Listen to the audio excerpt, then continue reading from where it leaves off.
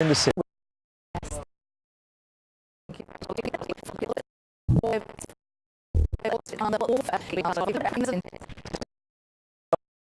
Here's Sam with the business in the city.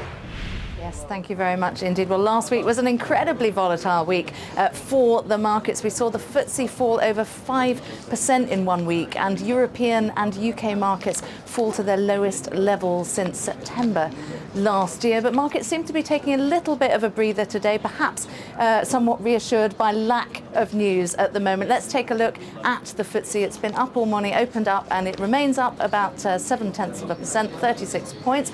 Banks are taking a bit of a breather after the falls they saw last week. Let's take a look at European markets as well. They were being buffeted about, responding to all sorts of rumour and speculation last week. But things are a bit of a calmer picture this week. We can see the Italian and Spanish indices are down. They've sort of parted company from their European counterparts there. But the bank stocks there are doing well despite all of the concerns that were raised last week. Well, I'm going to bring in now John Wilson. He's chairman of ETX Capital and joins me now. Now, we're not seeing the sorts of swings, are we? When we were in the midst of the Eurozone crisis, round one, if you like, back at the end of last year, we saw sort of 4 or 5% swings a day.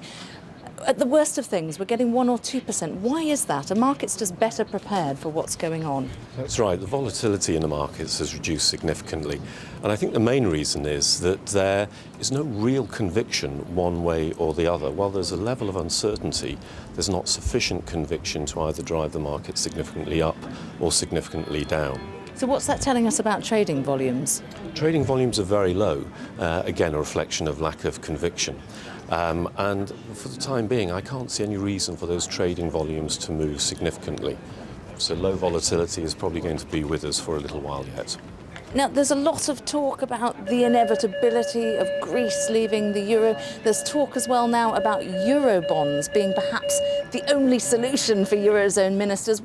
Just explain to us what that is and whether you think it will help. First of all, on Greece leaving the euro, you're right. I think there's an increasing assumption that Greece will leave the euro. One of the solutions to the European problem is for European governments to club together and issue euro bonds. What that really means is a strong government supporting the weak governments, which is one reason why in the past Germany has been so dead against euro bonds. OK, all right, well, we'll have to see how the political machinations play out on that one.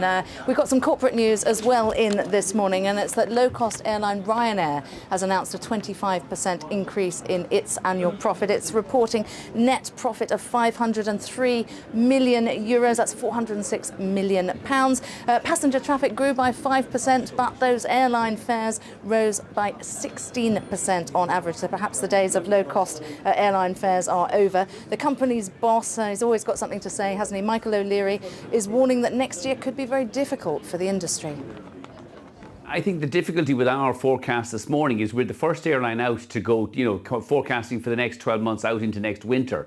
And really the problem for us is while the summer looks good, we've plenty of bookings, plenty of people switching to Ryanair to go on their holidays. Next winter is much more difficult. We have no visibility. We have no bookings in the system yet. And I think we're right to be cautious at this point in time. Clearly, there's a lot of financial uncertainty. Clearly, there's worried about currency, higher oil prices, austerity. But people will still keep flying. They'll just fly with Ryanair instead of with British Airways. Well, lack of visibility and caution and uncertainty, also words being used to describe the markets at the moment. We'll be back in an hour's time with an update on those markets. But for now, back over to you.